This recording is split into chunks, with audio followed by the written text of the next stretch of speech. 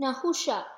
Once Indra, the king of the gods, committed a grievous sin due to which his splendor was reduced, and he could no longer sit in heaven and rule over the gods. In utter shame and dejection, he left heaven and hid himself. Now the gods were left without any king at all. The mighty kingdom could not exist without a ruler. So all the gods and rishis discussed the question and decided to request King Nahusha, the ruler of an earthly kingdom, to rule in heaven as their king. Nahusha was very modest. He was aghast at the suggestion and said that he was not fit to step into the shoes of Indra. Then all the gods and rishis assured him that he need not be afraid and that all of them would cooperate and obey him implicitly so that he would have the least difficulty in ruling. On their repeated requests and assurances, at last he agreed to be the ruler of heaven and went there. The gods and the rishis kept their promise. They implicitly obeyed him and cooperated with him. Slowly, Nahusha gained confidence, but gradually he developed a wrong attitude.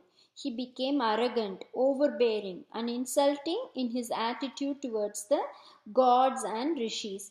He became greedy for all the pleasures of heaven. One day, seeing Sachi Devi, the wife of Indra, he spoke to the gods commandingly. When I am Indra, I am the husband of his wife too. She must stay with me. When Sachi Devi received this message, she was greatly distressed. She went to Brihaspati, their guru, seeking his help and advice. Brihaspati thought for a second and told her, Mother, don't be afraid. You send a reply to him that it would be proper for him to come to your place sitting in a palanquin borne by the Saptarishis. His sins will reach their culmination point and he will fall down from heaven. Sachi Devi accordingly sent word to Nahusha. Nahusha ordered that the 7 venerable rishis should bring the palanquin to his palace to bear him to Sachi Devi's palace. The 3 worlds trembled at his behavior. Silent and solemn, the rishis brought the palanquin. Nahusha seated himself in it and commanded them to take it up. They took it up and walked forward. One of the rishis, Ahastya, was short statured and walked slowly.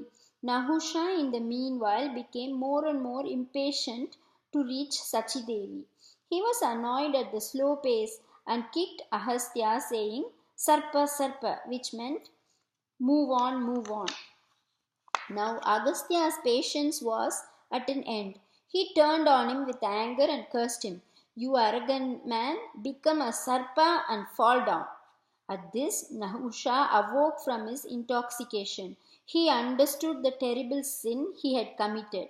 As he fell from heaven in the form of a python, he begged the sage's pardon and pleaded for release from the curse. Agastya then blessed him and told him that after thousands of years, his own descendants, the Pandavas, would help him in getting rid of the form of the python.